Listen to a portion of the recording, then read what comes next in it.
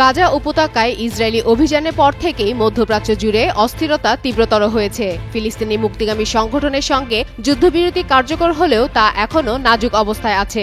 একই সঙ্গে ইয়েমেনে বিদ্রোহীদের সঙ্গে সৌদি নেতৃত্বাধীন জোটের সংঘাতও এখনও পুরোপুরি থামেনি।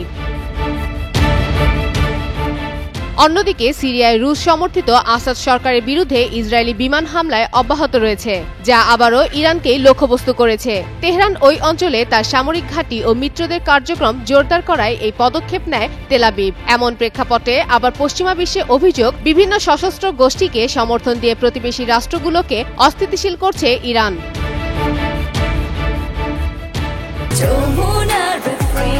Innovation for smarter life.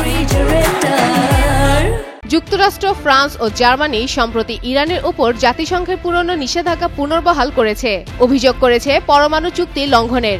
এসব কারণে ইরানের বিরুদ্ধে কঠোর নিষেধাজ্ঞার পাশাপাশি মধ্যপ্রাচ্যের সামরিক উপস্থিতি ক্রমেই বাড়াচ্ছে পশ্চিমা দেশগুলো। অন্যদিকে রুশ সংবাদ মাধ্যম RT এর এক প্রতিবেদনে বলা হয়, তেহরানও তার আঞ্চলিক কার্যকলাপ বাড়াচ্ছে। সিরিয়া, লেবানন, ইরাক এবং ইয়েমেনে অংশীদারদের মধ্যে মধ্যপ্রাচ্যে প্রভাব বিস্তার করতে যাচ্ছে দেশটি। যদিও ইরানের সামরিক নেতারা প্রকাশ্যে বলছেন, যুদ্ধ আসন্ন, দেশকে প্রস্তুত থাকতে হবে। তাদের আঞ্চলিক মিত্ররা ইতিমধ্যে সতর্ক অবস্থানে রয়েছে বলে দাবি করেন।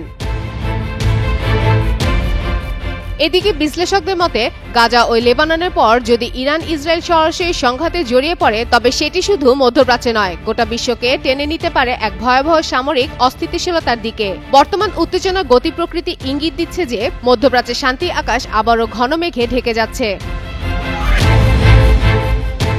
ফাতেমা ফাতেহ জান, যুগান্তর নিউজ।